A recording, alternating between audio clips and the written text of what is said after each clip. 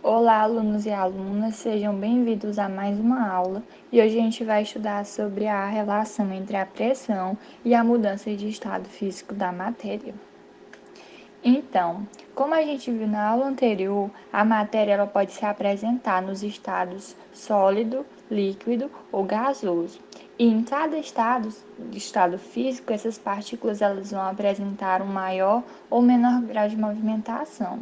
Pela figura no slide, a gente consegue observar que no estado sólido as partículas elas estão mais próximas, o que faz com que elas tenham um menor grau de movimentação, ao contrário do estado líquido e gasoso, que elas estão mais distantes, há uma menor quantidade de interação entre elas e elas conseguem se movimentar mais.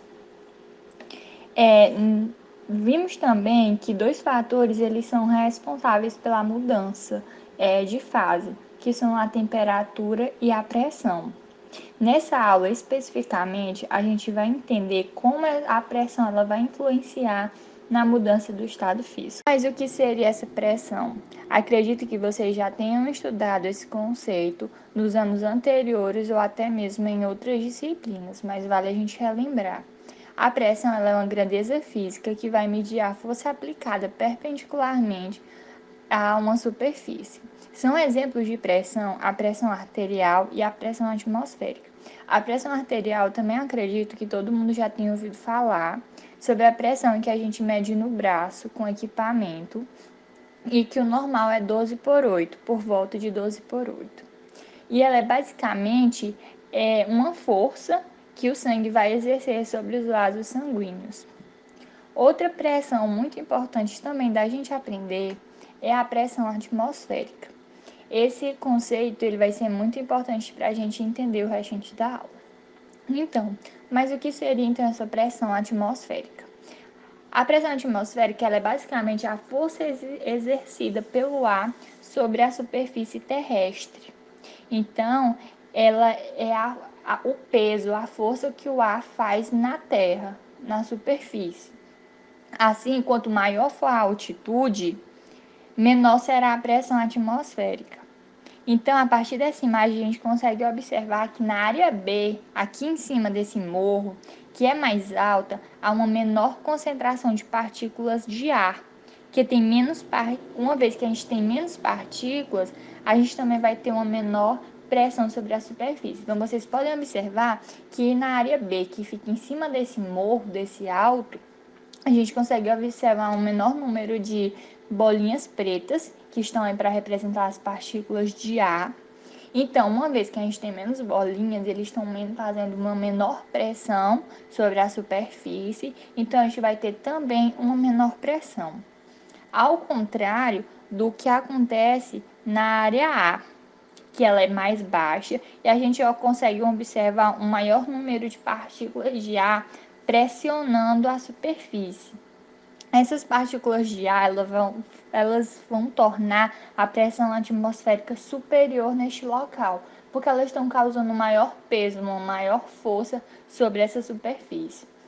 Então, a partir dessa imagem, a gente consegue entender que quanto maior for a altitude, menor será a pressão atmosférica. Então, a gente consegue relacionar uma maior altitude significa que teremos uma menor quantidade de partículas de ar, então teremos uma menor pressão atmosférica. Ao contrário de uma menor altitude, onde a gente vai ter um maior número de partículas de ar e, consequentemente, uma maior pressão atmosférica. Mas aí vocês me perguntam o que tudo isso tem a ver com a nossa aula de mudança de estado físico da matéria. E eu digo para vocês que tem tudo a ver. Basta a gente pensar um pouco no processo de ebulição da água. Vamos levar a água como exemplo aqui para a gente.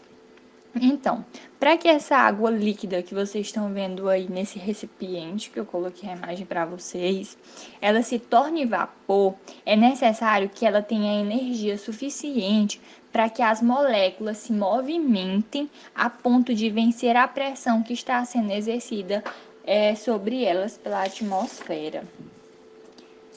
Basta a gente pensar que a pressão atmosférica ela está realizando uma força em cima dessa água. É como se ela estivesse pressionando a água para baixo.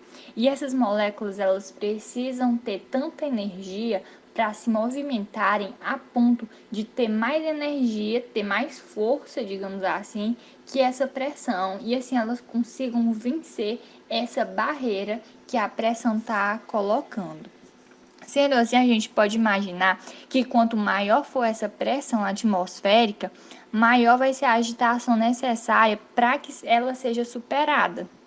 Lembrando que para que essas moléculas elas se agitem, elas também precisam de calor, no caso de energia térmica, como eu trouxe para vocês as imagenzinhas do fogo abaixo. Então, quanto maior for a pressão, mais a água vai precisar estar quente para entrar em ebulição, ou seja, para evaporar, para virar vapor. Sendo assim, quanto maior for essa pressão, como eu disse para vocês, vamos precisar de uma maior temperatura para entrar em estado de ebulição. Então, para recapitular e para finalizar, para que vocês entendam essa relação, basta lembrar que a pressão atmosférica ela é uma força exercida pelo ar em cima da superfície dessa água que a gente está pegando como exemplo. As moléculas que elas estão agitadas, elas vão precisar se agitar mais ainda, possuir uma maior energia cinética que elas vão conseguir através da energia térmica para se agitar o suficiente para ultrapassar, para vencer essa barreira que está sendo realizada pela pressão atmosférica em cima desse líquido. Aí vocês me perguntam, então em regiões com maior altitude, que consequentemente vai possuir uma menor pressão atmosférica, essa água entraria em ebulição em temperatura menor que 100 graus, que é a altura nível do mar? E eu respondo para vocês que sim. Eu trouxe até essa imagem para que vocês vejam a diferença. Santos, que é uma cidade a nível do mar, a água ela vai entrar em ebulição a 100 graus Celsius. Em São Paulo, que já fica a 750 metros, ela vai entrar em ebulição a 98 graus. Em Brasília, que é ainda mais alta, em 96 graus Celsius. Em La Paz, que é a 3.600 metros de altitude, ela vai entrar em estado de ebulição em apenas 87 graus Celsius, para vocês terem ideia da influência da pressão atmosférica na ebulição da água. Outro exemplo bem interessante que cabe aqui é o funcionamento da panela de pressão. Eu acredito que aqui todo mundo já tenha visto uma panela de pressão ou até mesmo utilizado.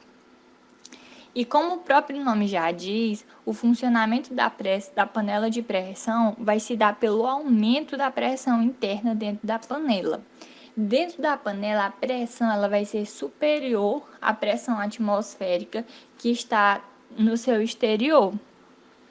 Uma vez que essa pressão ela está maior no interior, vai permitir que a água ela atinja temperaturas superiores antes de entrar em ebulição. Então, vamos entender mais ou menos o que acontece. Quando a gente vai utilizar uma panela de pressão, a gente coloca o alimento a ser cozido e cobrimos ele com água, mas a gente nunca enche a panela até a borda. A gente sempre deixa um espaço vazio, que vai ser preenchido por vapor e ar. Logo depois a gente já pega, veda a panela completamente com a ajuda da borracha, que não vai deixar com que esse ar escape. Conforme a gente aquece a panela, a gente acende o fogo e vai esquentando essa água dentro, essa água ela começa a se tornar vapor, que vai subindo e vai se juntando com aquele ar que já tinha ali dentro. E esses vapores de água, eles vão aumentando em quantidade e também vão fazendo com que a pressão aumente. Esses vapores, eles também vão ajudar a pressionar essa água que ainda tem líquida dentro da panela, obrigando ela a aumentar de temperatura para vencer essa pressão.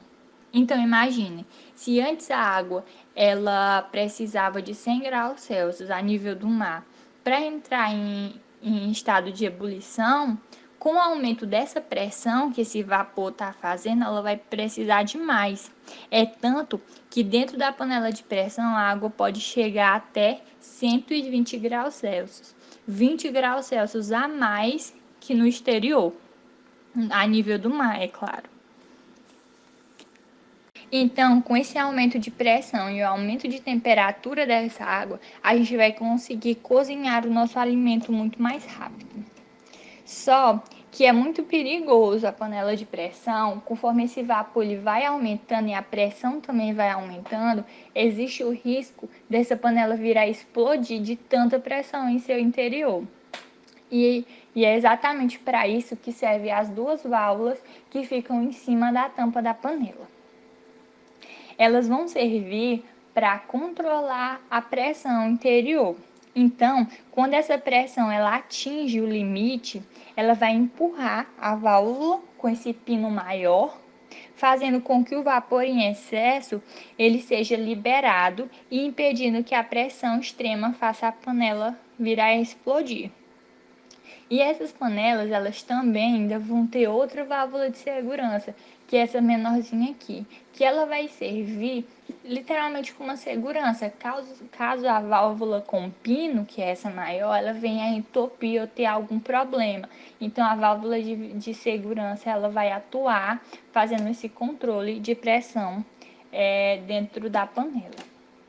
Então, nossa aula é isso.